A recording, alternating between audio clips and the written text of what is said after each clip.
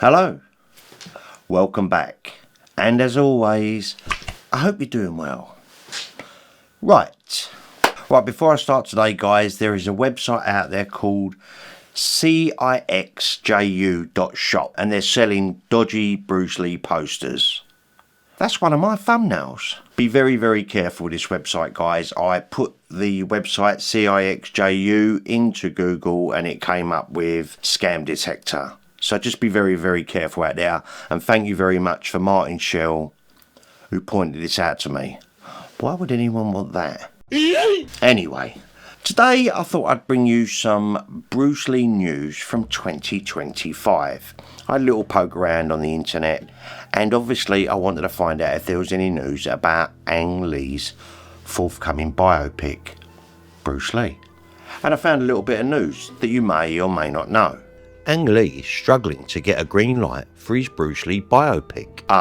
In discussion for at least 3 years, Ang Lee's biopic about the martial arts legend Bruce Lee appears to be struggling to get the go-ahead from Sony Pictures. Come on, Sony.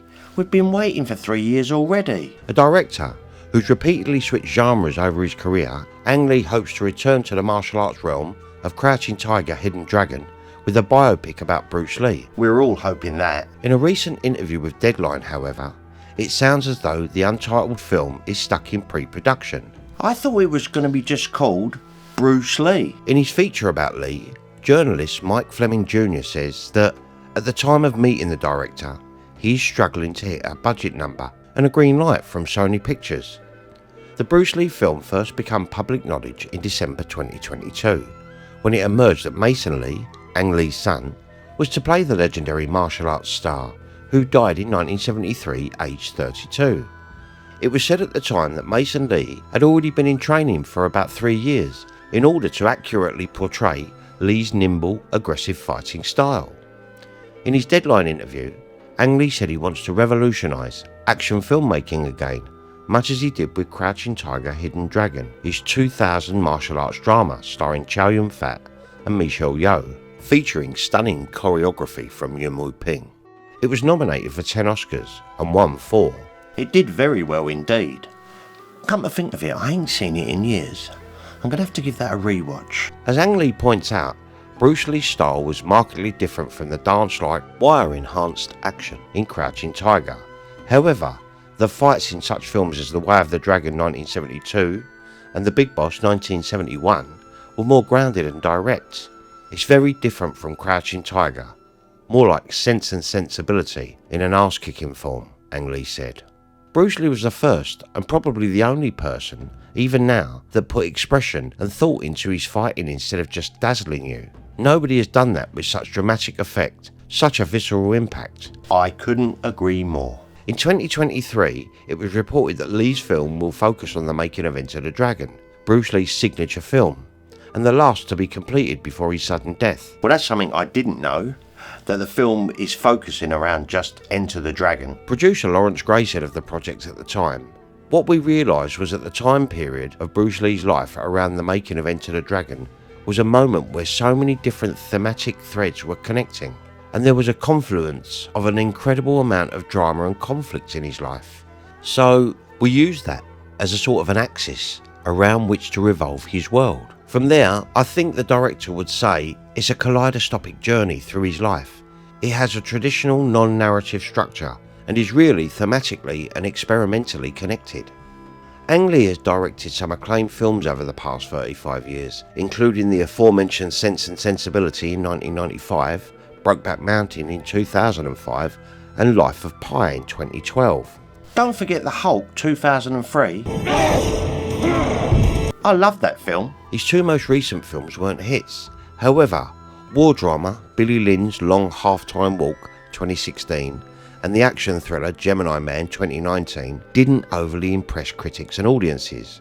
Here's hoping that Lee can finally get his martial arts biopic going at Sony. Bruce Lee's story is a fascinating one, and as the 70s recede into history, it's worth reminding younger moviegoers just how important the actor and martial artist was to cinema. Amen. Bruce Lee was one of a kind, and this film needs to be made. Just goes to show you though, that all Hollywood and these big corporations care about is the money. If you're after a zesty exploration of just how big a deal Bruce Lee was in the 1970s, do check out Enter the Clones of Bruce, a documentary that explains why a generation of would-be action stars were coached into copying Lee's look and style. Seen it, got it, reviewed it and recommended it. And if you haven't checked out Enter the Game of Clones, why not? It's brilliant.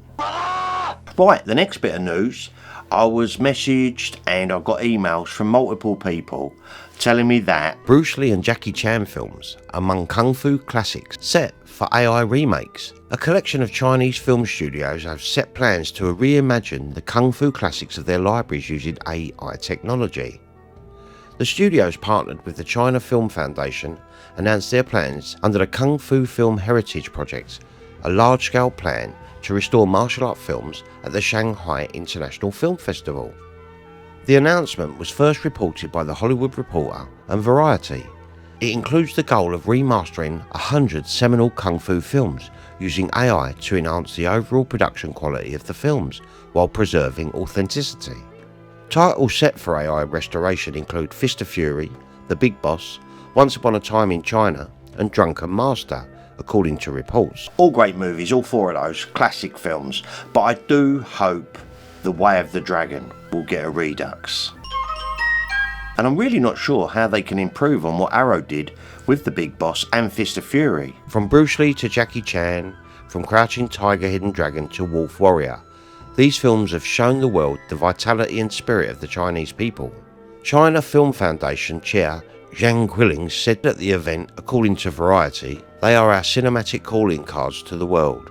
Partners on the project include China Film Foundation's Film and Urban Development Special Fund and Quantum Animation, the studio behind A Better Tomorrow, Cyber Frontier. According to The Hollywood Reporter, AI remains a controversial topic among film professionals. Earlier this month, representatives of the International Animation Screenwriters and Actors Guild staged a protest at the Annecy Animation Film Festival to voice their fears over the implication of generative AI for their professions. Not everyone likes AI, but it's here and it's only going to get better. Thank you to all of you guys that sent me messages and sent me emails. I didn't know about this, very interesting. Right, and finally, last bit of news, Bruce Lee related of course. Adidas reveals kick-ass Bruce Lee sneaker set. I do like my Adidas Gazelles. Adidas is set to honour the martial arts icon Bruce Lee with a special edition of Kareem Abdul-Jabbar's signature sneaker, the Adidas Jabbar Low. This sneaker has been dubbed Game of Death, after the martial arts thriller of the same name. This collaboration pays tribute to Lee's 1978 film, Bob Klaus's Game of Death, not Bruce Lee's. as well as his friendship with the basketball legend. The design directly references Lee's iconic yellow jumpsuit from the film, featuring a yellow suede upper, complemented by black leather stripes and detailing. Notable details include Bruce Lee's signature on the back of the lateral heel, and a gold silhouette of him performing a kick on the back tab. The insoles showcase graphics of Lee and Abdul-Jabbar facing off in the film, and the box also features images of the pair on set. They do look very nice. Abdul-Jabbar was a student of Lee's martial arts philosophy, in addition to playing a role of Hakim in Game of Death, engaging in a memorable fight scene with Lee. Their friendship began in 1967 when Abdul-Jabbar was a student at UCLA and lasted until Lee's passing. The release of Game of Death in 1978, despite being unfinished at the time of Lee's death, solidified their shared cinematic history and relationship. This collaboration marks an unusual blend of martial arts, basketball and cinematic history. The Adidas Jabbar silhouette, created for Abdul-Jabbar in the 1970s, serves as the perfect canvas for this tribute, especially given how well the silhouette suits the blend of black and yellow. The Bruce Lee X Adidas Jabbar Low Game of Death is scheduled for release on August 30th, 2025 and will be available through the Adidas website and selected retailers. This release is expected to be a highly sought after item for fans of both Bruce Lee and Kareem Abdul-Jabbar, celebrating their enduring legacies, and will most likely be limited, so good luck. I could be very tempted to get a pair of these myself. I suppose it just depends on price and availability. But I am quite tempted, I won't lie. Nike has also brought out a new trainer, and it's called the Air Jordan 1 Luxe sneaker, which is also Bruce Lee related. Well, that's all the news I've got for you today, apart from one final thing. As I was searching around on Google, Enter the Dragon came up as a highly streamed movie at the moment. So you've got all these thousands and hundreds of thousands of films that have been brought out since Enter the Dragon, and Bruce Lee streaming is doing very well. That put a big old smile on my face, that did. Right, that's it for today, guys. As always, before I go, if you wouldn't mind giving this video a thumbs up, it really does help with the algorithm. Comment, let me know what you think about Ang Lee's film being delayed. Let me know what you think about remastering AI in China. And what do you think about the Adidas trainers?